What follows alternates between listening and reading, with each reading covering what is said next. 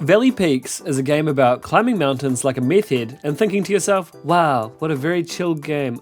Valley Peaks is a small first-person free-roaming indie game about a frog climbing mountains and slowly finding out about their dead dad. You set your own pace with an arcadey movement method that is just begging you to move at speeds which result in you needing to take 4 times as many goes to complete the route. I fully endorse this. Moving fast and making accidents is how I was born. The game, like a dead whale full of recycling, has surprisingly more in it than you'd initially suspect.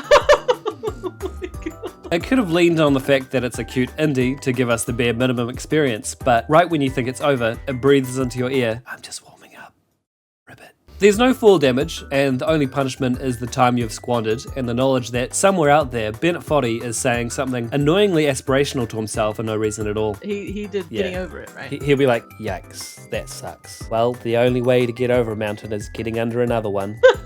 I've heard some describe its crosshatch aesthetic, reminiscent of old postcards, as ugly. I don't think it's ugly, I like it for its personality. You can tackle each peak in any order you like, and each one has 3 routes, which vary in difficulty and will normally include a different gimmick to shake things up. In my last video, I tried making a bad taste joke about substituting the word shake with Michael J. Fox, because I like to pick fruit hanging as low as Noam Chomsky's balls. Instead I said Jamie Foxx, which makes no sense at all, but Ratwife tried reassuring me that it was probably still relevant somehow, and then went off to Google whether he'd done any domestic abuse recently. I actually did. This game is as supportive of your mistakes as that, making sure early mountain designs never send you right back to the very start. Did you know that Michael J. Fox's middle name is Andrew? It's not even J. It's not even J. Really? We've been fucking lied to. It's Michael's A. Fox.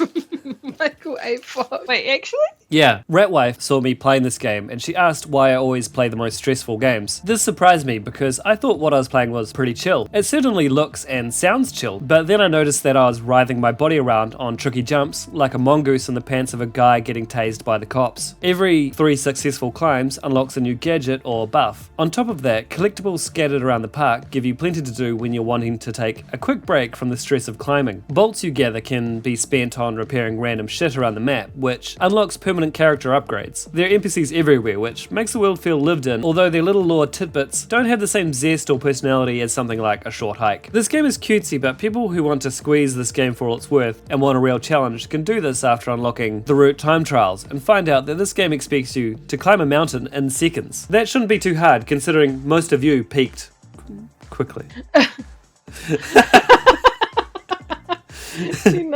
Do not retake that. Subscribe.